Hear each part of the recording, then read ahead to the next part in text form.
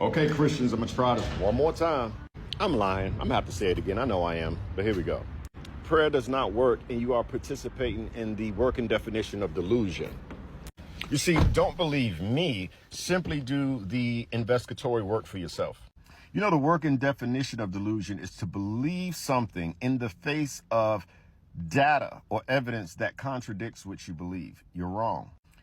But for some reason, you believe a thing anyway. That's delusion. So, you believe that prayer works. It's very easy to put it to the test. Do your God love the kids? Jesus loved the little children. Okay, if he loves the children, do you believe that it's your God's will that children suffer from cancer and the pain that they endure from the cancer and the treatment? Is this your God's will? A lot of people don't understand is a lot of these kids get sick. It's not, the sickness doesn't fall on them. The sickness comes from something in their family. Their family did something. And I know you're going to say, well, why should a little kid have to pay for something that a family member did? Because it is in their family, it is in their bloodline. And what a lot of people don't know is somewhere down the line, somebody gave evil access to their bloodline. And that bloodline was open, and the enemy came in and chose who he wanted. If you notice, there are certain families, certain sicknesses follow, certain problems follow. And do you know why they follow? Because somewhere down the line, somebody did something and everybody else had to pay for it. And no, it's not fair, but God never said life was fair either. And 9 times out of 10, there was probably people who came along to tell these people what to do to break these curses on their lineage, and they didn't do anything. Because I was watching a video the other day, and this guy was walking down the street asking people, do you believe in Jesus? Do you believe in Jesus? And it was a ton of people who said no. Some people wouldn't even answer and was like, not right now. Or, they just said a bunch of mean things. I think he only found 2 who said yes. And then some people was like, I'm not religious. Well, yeah, that's a no then. But a lot of people do not want to do the work. And then a lot of these families, some of them, not talking about all of them, don't even have a relationship with God. And their family's lineage never established a relationship with God. And if they did, it was only certain ones. And what people don't understand is if God is not in that bloodline, then Satan is in that bloodline.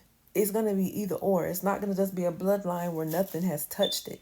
If evil is present, then that means God is not. And if evil is present, that means somebody didn't do something. Because if God was present, evil will have to be driven out. If God was present in that bloodline, the evil would be driven out. It wouldn't be able to stay. And that's why every so many years, God has chosen or called people in that family to bring that family out. But it's up to that one person to bring their family out. And if that person fails, it might be 10, 20 years before somebody else that's strong enough rises again, because they got to be strong enough, because it's not an easy task. You're talking about breaking curses off your whole family so that there are people that's coming after you will be able to do certain things and won't endure certain things. Do you know how angry that would make the kingdom of evil? And what people don't know is there are certain spirits that are put on earth to do certain things. It's not God that are making these kids sick. God does not bring sickness. He just allows evil to touch people. That's all. He allows it sometimes. And then sometimes it's something, like I said, that the family allows. Just like people don't know about the spirit of Lilith. She kills newborns. When newborns die, the spirit of Lilith is there. And you have to do your own research on who Lilith is. There are different spirits that do certain things. God does not bring sickness. I have seen so many people's families, you can tell there's curses on the family. But when I meet the family, they're nice people, but they believe in God, but they don't know him. They think just saying, I believe in God is everything, God first. Okay, but you're not doing nothing. You're just saying God first. Oh, God this, God that. You're saying it, but you're not doing it. You're not performing it. You're still doing things of the world, all of you. You're still having the same habits and it's following, all of you.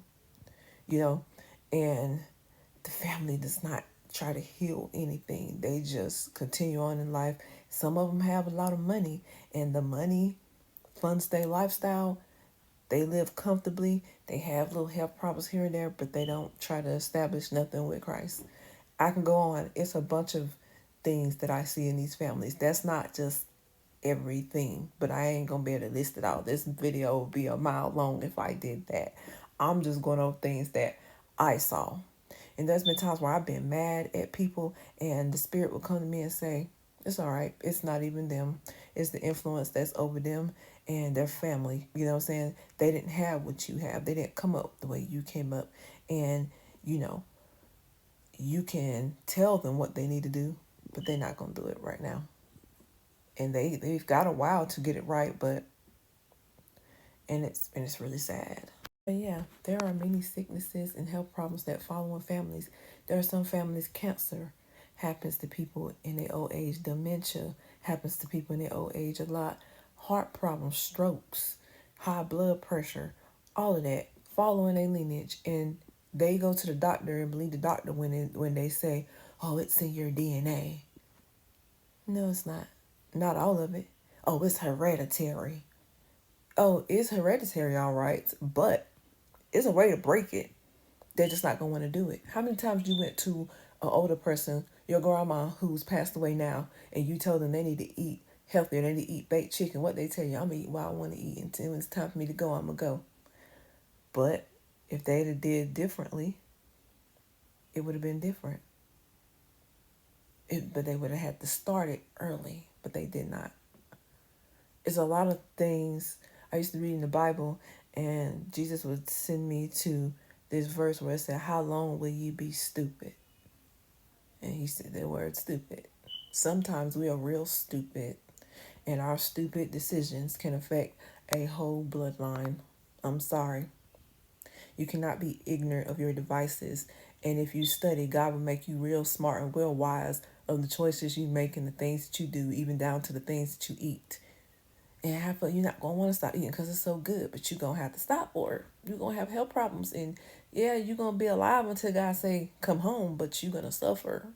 You're going to suffer. So, to say that prayer does not work, you're wrong. The prayers of the righteous availeth much.